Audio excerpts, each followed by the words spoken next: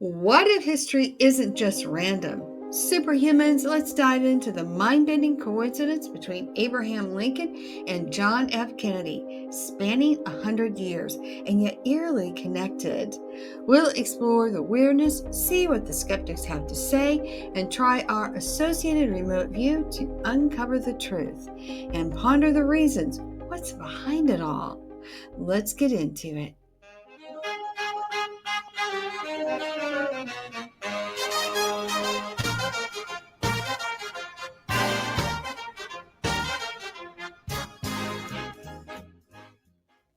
As we step into the shadowy corridors of history, a strange tapestry begins to unfold, one that weaves together the lives of Abraham Lincoln and John F. Kennedy with threads so uncanny they defy mere coincidence.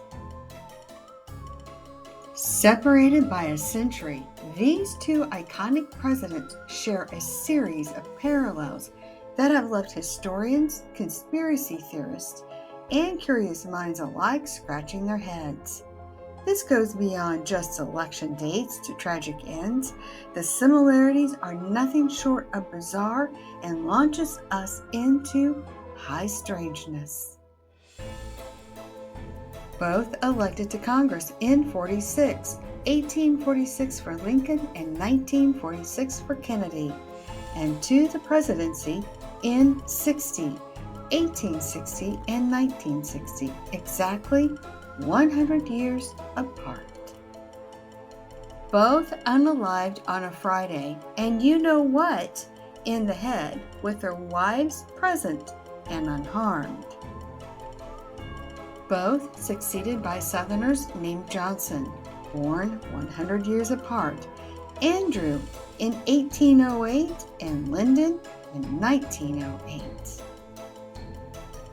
Both bad boys, John Wilkes Booth and Lee Harvey Oswald, had 15-letter names and were unalived before the trial. Lincoln unalived at Ford's Theater, and Kennedy unalived in a Lincoln car made by Ford. Both lost a child while in the White House, Willie Lincoln in 1862 and Patrick Kennedy in 1963. Both names have 7 letters, and both were deeply involved in the civil rights struggles. A week before their deaths, Lincoln was in Monroe, Maryland, and Kennedy was linked to Marilyn Monroe. And that is just the beginning. These striking similarities invite us to consider whether there's more to the story than meets the eye. While surface-level parallels are fascinating, the debate of their significance takes us into the realm where skepticism and wonder collide. While the skeptics attribute the Lincoln-Kennedy coincidence to chance and human pattern seeking, the sheer number of these parallels, spanning elections, unalivings, and the even symbolic Ford-Lincoln reversal, suggest a more mysterious force might be at play, especially when we acknowledge the universe's many unanswered questions. The exact 100-year gaps, the shared 15-letter bad boy names, and the uncanny public settings of their unaliving could hint at a hidden synchronicity or cosmic design beyond our current understanding. With gaps in historical records and the limitations of science to explain all phenomena, it's plausible that an unseen influence, be it karmic cycles, metaphysical plan, or an undiscovered energy, orchestrated these events, which invites us to remote view. Before we go any further, let's elevate your journey, personal and cosmic. Meet your must-have companion, the Energy Healing Map at mdhmap.com. Perfect for beginners and pros, it's your guide to clearing trapped emotional energies like ancestral or past life baggage, aligning your vibration with your goals, Imagine releasing old vibes to unlock new skills like remote viewing. With a clear energy field, you'll tap into the unseen. MDHmap.com helps you heal, grow, and explore your universe. Grab your energy healing map today, clear the past energies, and align your vibe, and see what's out there. Visit MDHmap.com now.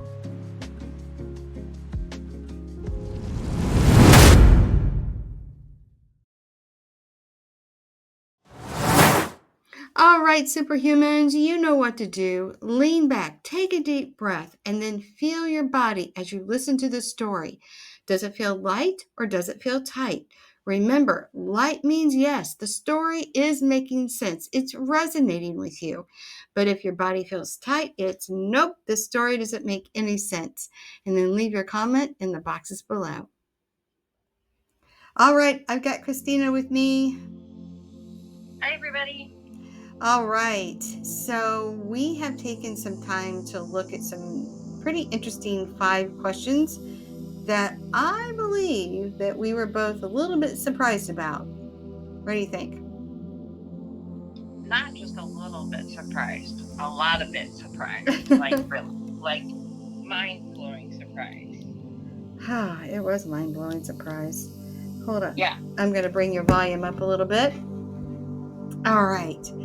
So the first question we have is there an energetic or informational connection indicating that John F. Kennedy is the reincarnation or the continuation of Abraham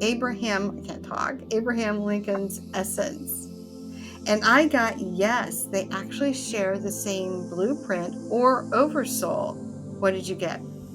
Oh, I got the same thing, which just freaks me out.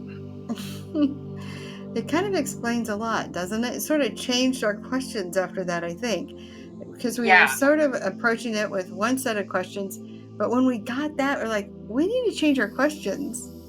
Yeah, because that's a game changer right there.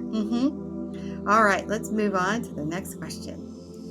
The next question we have on the table is, what is the source or underlying cause of the precise 100-year alignment between Lincoln and Kennedy's elections and unalivings? I have to be careful with the YouTube because they don't like certain words. So anyway, do you want to take this one, or do you want me to say what I got first? Well, I'll kind of start off and maybe you can add. Okay. So I got that it was kind of a collective thing. I struggled a little bit with this question, but I got that it was a collective kind of a thing. It was necessary. But that's kind of what I... But it didn't come into what it was. It was just a collective experience. Is that right? Yeah. It wasn't what. I didn't really get a what. I just got more of collective. Yeah, I got kind of the same thing, but mine was a little bit different. It came in, it was necessary for pattern recognition, which is important for the masses to see a connection later on. And I also got something else that was pretty interesting. I got the reason, and I know that John F. Kennedy had back problems, and it might have been due to the war or what have you. It is interesting that they both, and we didn't talk about this, but they both went through war, right? So Abraham Lincoln with the Civil War and John through World War II. But I got the reason for his back pain or the worsening of it was due to Abraham Lincoln not feeling supported. That was interesting. Yeah, that's mind-blowing. To me anyway. It's so fascinating. It makes sense because Washington D.C. I mean, yeah. Yeah, I wouldn't want to be being in that job. No way. All right, let's move on to our next question. Are there hidden forces or entities human or otherwise, that orchestrated the unaliving of Lincoln and Kennedy. But when I tuned into that question, it didn't like the question. Like, I could not get an answer. Where were you with that? I actually did get an answer. Oh, Yeah, I actually got an answer, and I got yes. interesting, because Yeah, I had to figure out how. It wouldn't tell me. It's just like I was hitting a roadblock. And I tried to ask it as we had written the questions. So I asked right. a new question. I said, did you have a pre-birth plan to your unaliving as both Abe and John? Now that I got, yes, it was planned. Ah, That's what I got. That was I planned in the pre-birth. And he set himself up. This is how it comes into me. Abe set it up for the collective, right? mhm. But when he did, he also put breadcrumbs so he would be warned of it.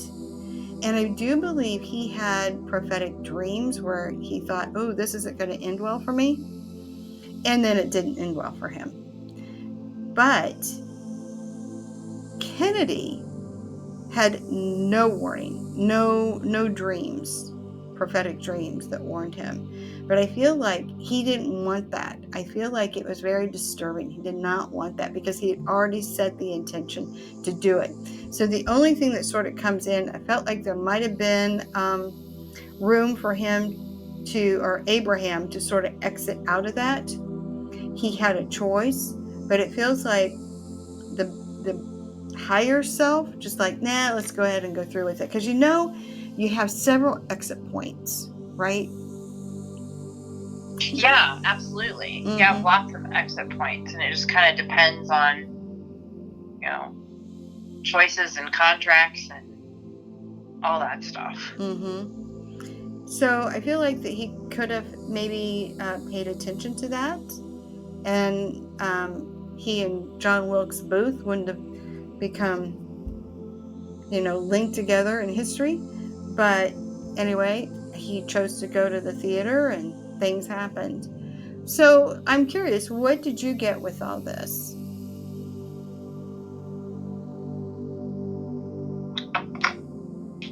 So, what did I get?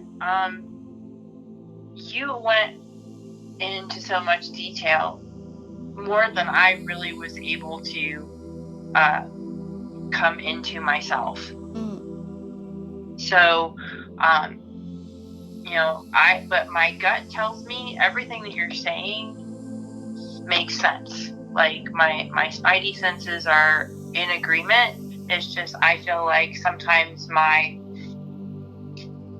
ability to see some things are still coming on. Well, some of this is, I mean, it's not an easy read, you know? So, and we had probably had a little bit different approach.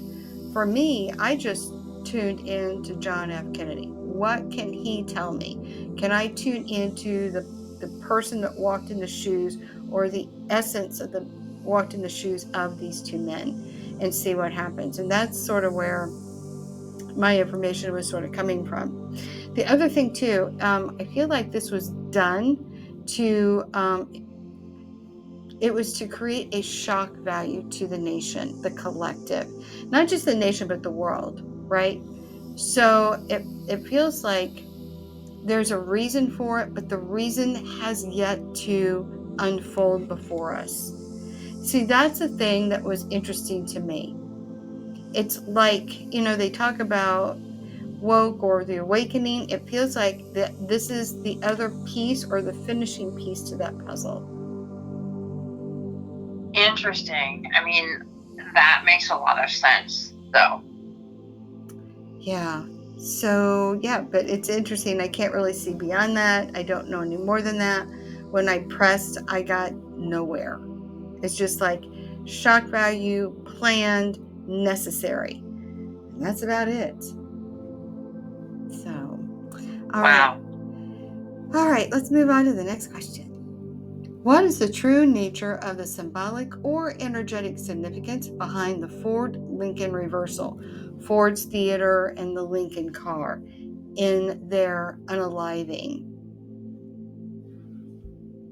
Well, there's definitely a significance there, and I really think it goes back to an earlier question where we were talking about, pattern recognition. Because if you sit and you look at both of the unalivings, um, there are so many similarities. Yeah, so if these two men just had children who passed away while they were serving the nation as president, that would be okay. It's just a coincidence, but there are so many coincidences. It's like there seems to be a purpose to all of them. And the fact that they had the shock value in their unaliving makes you stop and start questioning what is going on. Is there a deeper plan? Right? Right. Oh, for sure. I mean, there's just too many coincidences. Yeah. I think the one that sort of startled me is the one I kind of threw at you left field. You know, is Lyndon B. Johnson, the VP, the reincarnation of Andrew Johnson? How did that hit you? Well, I got yes, which is mind blowing. I mean, I totally was not expecting that at all. Yeah, I love the expression. So, what do you think? And this is mind blown. Ah, it's, this is crazy stuff. It is. And it sort of hit me when I'm putting together the images of LBJ and Andrew Johnson. I'm like, golly, they look so similar. And, it doesn't always mean that people come through looking like their prior lifetimes, but often the case, they do tend to like a certain model of physical body, if you will. Like, hey, I'm really into Ford, or I'm really into GM. You like your Hmm. certain model. And so it is interesting that they come in having so many similarities. And so when I asked that question, this will mind blow you. I forgot to even tell you this. So this is going to be a raw reaction here, is what I get from her. All right.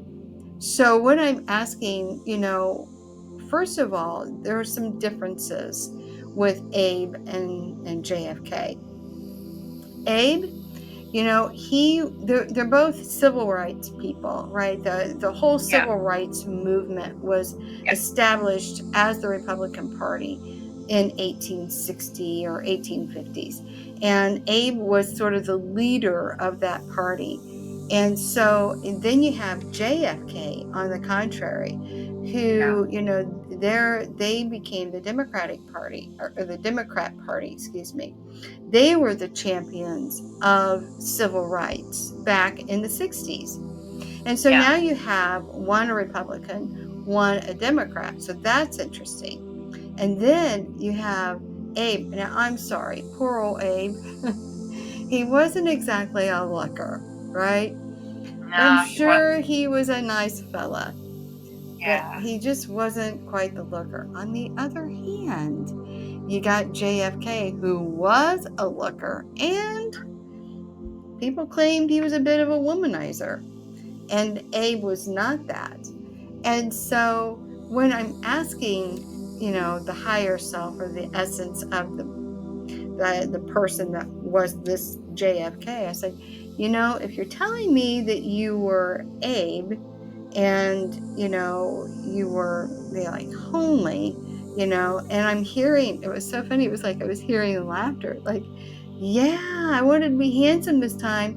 And not only did I want to be handsome, I wanted to come from a rich family this time, not a poor one. I sort of got chuckled with that. Yeah. That's just fascinating. Yeah, so he didn't take on the same physical characteristics as Abe did. He took on a whole new model. But they did have a little bit of sense of humor. They both did. So my understanding is that Abe Lincoln, he was always wanting to tell his backwoodsy story in a humble way. And then you have JFK, kind of very savvy, but delivering some humorous quips, when he's talking to the public. So it's almost like that sense of humor, that core sense of humor stuck with him. Yeah. So anyway, how does that hit you? It's just so amazing. That it makes so much sense. It's just fascinating. Again, I'm going to sound like a broken record, but this stuff sometimes just makes my head spin, blows my mind, just the stuff that comes through. Yeah. Yeah. Okay, we'll leave it there. Let's go on to the next question. Did the similarity of lives and unalives of Lincoln and Kennedy represent the resolution of a recurring karmic pattern? And what I got is that patterns were meant to be. There was no need for early warning dreams as JFK because it was planned in pre-birth. That's what I got. Yeah, and a lot of what you're saying, really throughout our talk today, a lot of that goes back to Dolores, specifically this question. In her work, she talks about how, we sit down and we make all these plans, as our soul, and we sit and say, this is what I'm going to accomplish. This is what I'm going to do. We pick, like you say, we pick our Ford or our Toyota body, and we make all these plans and make all these contracts and agreements and what we're going to do and what we're going to accomplish and how it's all going to play out, and some of the things we do, on a personal level. And then, like we're talking about here, a lot of what is done is for the collective. Mm-hmm. So, that just, brings credence to a lot of what Dolores Cannon says. All right. Yeah, I totally agree. So, out of this associated remote view, what was the thing that most surprised you? I think there were a couple of things. The first thing was when we talk about, the connection between Kennedy and Abraham Lincoln and the fact they're like the same soul, basically, and that just blew my mind. And the same with Lyndon B. Johnson and Andrew Johnson. That again, that just blew my mind. That could be. I think that was one of my bigger shocks, and it's almost as if the same cast of characters all came back to sort of do it again. You know what? It's almost like Dolores would say, they're on the other side. They're saying, you know what? We did that, but you know what? We could do it better. Let's really shock the world. Instead of at the theater, let's put you out there in the public where everybody in the world is watching. It was almost like, yeah, but we can still blah, blah, blah, Yeah. Yeah. Oh, yeah. That was just, it just blew my mind. That never occurred to me. So, yeah. And then I'm like, well, how many people were there that were involved? And it was less than 10 both times. So there was a, conspiracy theory no more, and I'm okay. And just for those viewers out there, I'm okay with conspiracy theories. The reason that even came up in the very beginning was because there were people at the helm that didn't want anybody asking any questions. Just accept this and don't ask any questions. Otherwise, we're going to make fun of you. For me, I'm like, everything should be a theory until you fully vet it out. To me, it's just smart to ask the question. And it could land either way. Just keep asking the questions, right? Till you get the truth. That's what I'm all about. So, right. You want to know the truth. Mm-hmm. And so I feel like in this case, I mean, we kind of all know about JFK at this point, but, what do we really know about what happened with Abe? Was it just what's his name? John Wilkes Booth, or was there truly more going on? I know that's been speculated in history, but I didn't delve into it, but I got the same cast of characters. That's what landed. Now, of course, as I do with all these remote views, it's like, oh, and now I got a whole list of other questions. It just doesn't end. No, it doesn't. It just adds more. Well, do you have any last words you'd like to say to the audience? Nope, just keep on doing your own work. Yeah, and keep asking questions, right? Yep. Keep asking until it makes sense. Because truth will always square, and lies never do. We hope you've had fun with this woo video into the oddities of Abe and John. Next up, we're plunging into the lost abyss to unravel the sizzling secrets of Atlantis. Subscribe now and join us for more mind-blowing woo.